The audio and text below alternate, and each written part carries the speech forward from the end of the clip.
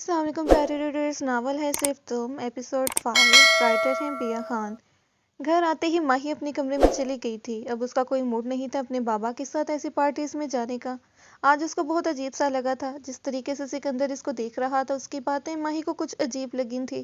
وہ کمرے میں جاتے ہی فریش ہوئے آئینے کے سامنے کھڑی تھی۔ سلطان صاحب بھی اپنے کمرے میں چلے گئے تھے، وہ بھی پریشان تھے سکندر کو لے کر۔ آخر وہ ان کی بیٹی سے کیسے محبت کر سکتا؟ وہ معمولی لوگ اور سکندر شاہ ہائی کلاس، جس کا بزنس الگ الگ ملکوں تک تھا۔ اس کا ایک نام تھا، اس کی کمپنی سکندر شاہ ٹیکسٹائل کا نام تھا۔ ابھی وہ اس کے بارے میں سوچنا نہیں چاہتے تھے۔ جب تک سکندر خود اپنے منہ سے کچھ نہ بول دیتا، وہ بھی کچھ نہیں کہنا چاہتے تھے۔ سکندر اپنے کمرے میں بیٹھا تھا، آنکھیں بند کے اس کے سامنے پری پیکرز کا چہرہ آ رہا تھا۔ آنکھوں میں ڈر لیے اس نے جب سکندر کو دیکھا۔ آنکھیں بند کیے وہ اپنی پینٹنگ روم میں بیٹھے اس کو تصور میں لاتے ہوئے اس کا اسکیچ بنا رہا تھا، جیسے یقین ہو وہ بالکل ٹھیک بنا رہا ہو۔ آنکھوں کو کھولتے جب اس نے دیکھا، جیسے سوچا اس سے بھی کہیں زیادہ پیارا اس نے خاکہ بنایا تھا۔ اس کے نیچے اس نے ماہی سکندر شاہ لکھ دیا تھا۔ اس کمرے سے نکلتے ہوئے اپنے کمرے میں چلا گیا تھا۔ فریش ہوئے وہ آئینے کے سامنے آج بھی بغیر شرٹ کے کھڑا تھا۔ سکس پیک، چوڑا سینہ، بے شک وہ ایک پروجاہت مرد تھا۔ بالوں سے نکلتا پانی اس کے کشادہ سینے پر آ رہا تھا۔ آنکھوں میں چھائی جنونیت، لبوں پر چھائی مسکراہٹ، یقیناً ابھی بھی وہ ماہی کو سوچ رہا تھا۔ سنان سکندر کے گھر سے نکلتے ہی اپنے گھر جانے لگا۔ تبھی گاڑی کے بیچ میں ایک لڑکی آئی تھی۔ اس نے فوراً سے بریک لگاتے گاڑی کو روکا تھا۔ گاڑی سے نکلتے ہوئے اس کے پاس نیچے بیٹھا تھا۔ آپ ٹھیک تو ہیں؟ لگی تو نہیں؟ سنان نے اسے نظریں چرائی تھی اور اس کی قمیض جگہ جگہ سے پھٹی ہوئی تھی۔ یقیناً وہ کہیں سے بھاگ کر آئی تھی۔ ہانیہ اس کو نظریں اٹھائے دیکھ کر فوراً اس کی باہوں میں جھول گئی تھی۔ آنکھیں کھولیں، کیا ہو گیا ہے آپ کو؟ سنان اس کو یوں بے ہوش دیکھ کر پریشان ہوا تھا۔ آس پاس کے لوگ جمع ہوتے اس سے پہلے کہ اس کو اپنی باہوں میں اٹھائے گاڑی کے بیک سیٹ پر لٹا گیا تھا۔ کہیں لوگ اس کو کڈنیپر ہی نہ سمجھ لیں۔ وہ بے سوچ سے ہوش سے بیگانہ تھی۔ سنان نے اپنا کوٹ اتارتے اس پر ڈالا تھا اور گاڑی کو ہسپتال کی جگہ اپنے گھر موڑ گیا تھا، کیونکہ اس کا گھر یہاں سے کافی قریب تھا۔ اگر ہسپتال نکلتا تو آدھا ایک گھنٹہ لگ جاتا۔ اب ڈاکٹر کو اپنے گھر بلانے کا ہی ارادہ تھا۔ سنان گھر میں داخل ہوا۔ رقیہ بیگم سنان کی باہوں میں لڑکی کو دیکھ کر اس کے پاس آئی تھی۔ یہ کون ہے بیٹا؟ رقیہ بیگم ایک نرم مزاج خاتون تھی۔ اپنے شوہر کے انتقال کے بعد ان کا ایک بیٹا سنان ہی ان کا سہارا تھا۔ ماما، یہ لڑکی میری گاڑی کے پاس آ گئی تھی۔ وہ تو اچھا ہوا میں نے گاڑی روک لی، پتہ نہیں کون ہے، اس کی حالت بہت خراب ہے، بے ہوش ہو گئی ہے، ڈاکٹر کو بلایا ہے، ایسا لگتا ہے اس کے ساتھ زبردستی کرنے کی کوشش کی گئی ہو۔ سنان نے اسے لاؤنج میں موجود صوفے پر لٹایا تھا۔ اچھا ٹھیک ہے، تم یہیں بیٹھو، میں پانی لاتی ہوں، رقیہ بیگم کھڑی ہوتی بولی۔ ماما آپ رہنے دیں، میں فریش ہونے جا رہا ہوں، آپ اس کے پاس رہیں جب تک ڈاکٹر آ جائے۔ سنان کہتے اوپر اپنے کمرے میں چلا گیا، جبکہ رقیہ بیگم سر ہلاتی وہیں اس کے پاس بیٹھ گئی تھی۔ زیادہ پریشانی کی بات نہیں ہے، 2-3 دن سے شاید کچھ کھایا نہیں، اس لیے بے ہوش ہو گئی ہے۔ اس بات کا خیال رکھیں کہ انہیں کوئی پریشانی والی بات نہ بتائیں، کوئی سٹریس نہ دیں، ورنہ ان کو اگلی بار نروس بریک ڈاؤن ہو سکتا ہے۔ سنان اس نازک سی لڑکی کو دیکھ رہا تھا۔ اتنی سی لڑکی، یقیناً وہ اس سے 5 سال سے چھوٹی تھی۔ اس کے ساتھ ایسا کیا ہوا جو وہ اس حالت میں پہنچ گئی تھی؟ اب اس کو صبح ہی ہوش آنے والا تھا۔ امی، میں ان کو آپ کے کمرے میں چھوڑ دیتا ہوں۔ رقیہ بیگم اس کو دیکھ سمجھ گئی تھی وہ کیوں بول رہا ہے۔ بیٹا اس کا کوئی بیگ ہے ادھر؟ رقیہ بیگم نے سوال کیا تھا۔ نہیں، یہ خالی ہاتھ ہی تھی، سنان نے بتایا تھا۔ اچھا تم اسے میرے کمرے میں لے آؤ۔ رقیہ بیگم کھڑی ہوتی آگے تھیں، جبکہ سنان آگے دیکھتے اس کو اپنی باہوں میں لیے رقیہ بیگم کے کمرے میں گیا تھا اور اس کو بیڈ پہ لٹائے پلٹ گیا تھا۔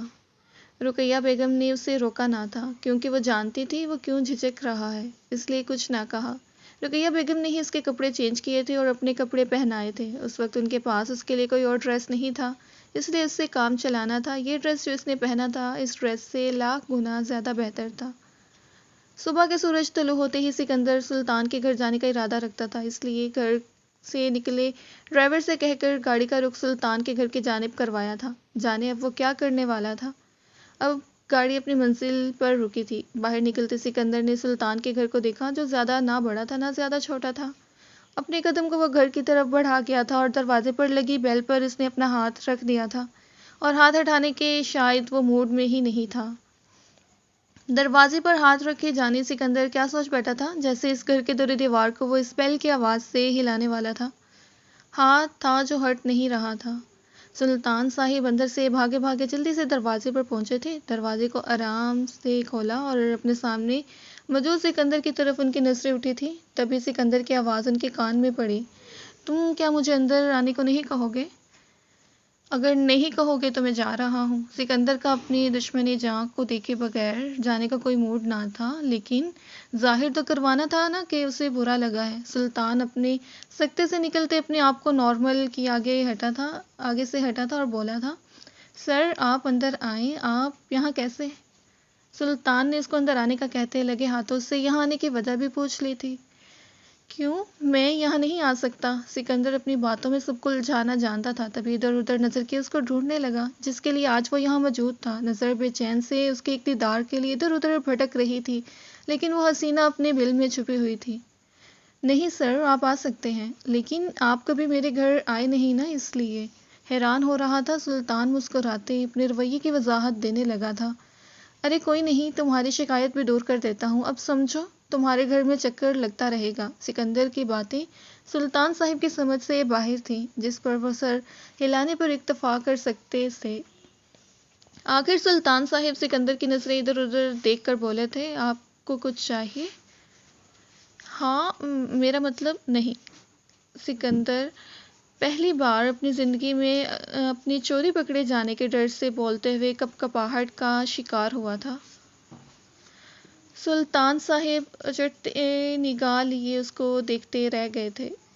ہانیہ کی آنکھ صبح کمرے میں پڑتے سورج کی روشنی سے کھلی تھی۔ آنکھوں کو مسلے موندے موندے آنکھیں کھولے وہ جاننے کی کوشش میں تھی آخر وہ ہے کدھر۔ رقیہ بیگم جو نماز پڑھ رہی تھی، اس وقت دوپہر کے 2 بج رہے تھے۔ رقیہ بیگم نے اس کے آرام کے خیال سے اسے اٹھانا مناسب نہ سمجھا، تبھی وہ اتنی دیر سوتی رہی تھی۔ ہانیہ ایک دم اٹھ کر بیٹھی پورے کمرے کا جائزہ لینے لگی تھی۔ کیا وہ پھر سے ان لوگوں کی قید میں آ گئی تھی؟ نہیں، ایسا نہیں ہو سکتا۔ لمبا سانس لیے وہ بے ساختہ اس کی تیز آواز ہوئی تھی۔ رقیہ بیگم اس کو خود سے بڑبڑاتے دیکھ جائے نماز کو تہہ لگائے اس کے پاس آتی بیڈ پر قریب بیٹھ گئی تھی۔ دیکھیں میں نے کچھ نہیں کیا، مجھے جانے دیں۔ ہانیہ پھوٹ پھوٹ کر روتے رقیہ بیگم کے سامنے ہاتھ باندھ گئی تھی۔ رقیہ بیگم کو اس کی حالت دیکھ کر بہت برا لگا، تبھی اس کو نرمی سے اپنے سینے سے لگا گئی تھی۔ ہانیہ اپنے گرد نرم حصار پاتے رو دی تھی۔ کچھ دیر بعد وہ خاموش ہوئی تو رقیہ بیگم نے ہانیہ کو اپنے سامنے کرتے ہانیہ کے چہرے پر آئے آنسو صاف کیے تھے۔ ہانیہ یک ٹک بس انہیں ہی دیکھے جا رہی تھی۔ نام کیا ہے تمہارا؟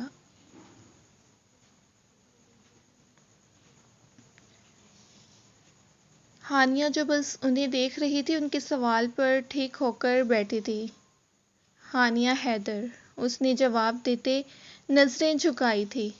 اچھا ہانیہ بیٹا، اب سنو، تم میرے بیٹے کی گاڑی کے سامنے آ گئی تھی، تبھی وہ تمہیں یہاں لے کر آیا، کیونکہ ہسپتال یہاں سے کافی دوری پر تھا۔ کل سے تم میرے کمرے میں رہی ہو اور تمہارے کپڑے بھی میں نے ہی چینج کروائے ہیں۔ تمہاری حالت اس وقت ٹھیک نہیں تھی، اس لیے ڈاکٹر نے تمہیں نیند کا انجیکشن دیا تھا۔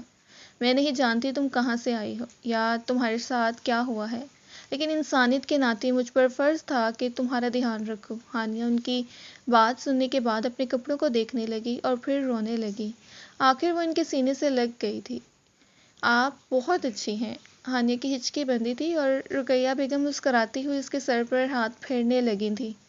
تبھی سنان کمرے میں آیا تھا، ان دونوں کو یوں ایک دوسرے کے ساتھ مگن دیکھ کر بولا تھا، ماما آپ نے ناشتہ نہیں کرنا؟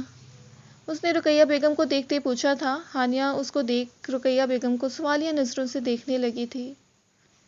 پریشان نہ ہو، یہ میرا بیٹا ہے جو تمہیں گھر لے کر آیا تھا۔ سنان نام ہے اس کا، سنان، اور اس کا نام ہے ہانیہ۔ رقیہ بیگم ان کا تعارف ایک دوسرے سے کروایا تھا۔ بیٹا تمہارے ساتھ ایسا کیا ہوا تھا جو تم اس حالت میں پہنچ گئی؟ رقیہ بیگم نے آخر دماغ میں چلتا سوال اس سے کیا تھا۔ کمرے سے نکلتی ماہی کو اندازہ نہ تھا کہ ان کے گھر میں کوئی غیر مرد بھی موجود ہے، تبھی دوپٹے کو گلے میں ڈالے باہر نکلی تھی۔ بنا آؤ تاؤ دیکھے وہ کچن میں گئی تھی، جبکہ سکندر تو اس کے گھٹنوں تک آتے بال کو دیکھ رہا تھا جو ہلکے ہلکے گیلے تھے۔ شاید وہ بھی نہا کر نکلی تھی۔ میک اپ سے پاک چہرہ، ہاتھوں میں چوڑیاں پہنے، جس کی چھن چھن کرتی آواز اس سے کچن سے صاف سنائی دے رہی تھی، بڑی بڑی آنکھیں، ہاتھوں پر لگی مہندی جب شاید ہٹ رہی تھی، دوپٹے کو کندھے پر رکھے وہ آٹا گوندنے میں مگن تھے۔ سلطان صاحب کی نظروں نے میر سکندر کی نظروں کے تعاقب میں دیکھا۔ سلطان صاحب کو سکندر کی نظریں بہت کچھ باور کرا رہی تھیں۔ سکندر کی نظریں اب بھی وہیں ٹکی ہوئی تھیں، لیکن ماہی کچن میں جا چکی تھی۔ اب کی بس ایک جھلک اس نے دیکھی تھی، جب وہ اس کو پورا دیکھ لیتا تو کیا ہوتا؟ سکندر شاہ تو اس لڑکی کی آنکھوں، اس کے ہاتھ پر لگی مہندی پر مر مٹا تھا۔ کیا ہوتا جب اس کے لمبے بالوں کے ساتھ وہ اس کا چہرہ دیکھ لیتا تو؟ جاری ہے۔ پیارے ریڈرز، چینل کو آپ نے ضرور سبسکرائب کرنا ہے، کومنٹس میں ضرور بتایا کریں کہ آپ کو ایپی کیسی لگی۔ بیا خان کے ناول کے مکمل ایپیسوڈز دیکھنے کے لیے چینل کے ساتھ MS ورڈ چینل کے ساتھ جڑے رہیں۔ شکریہ۔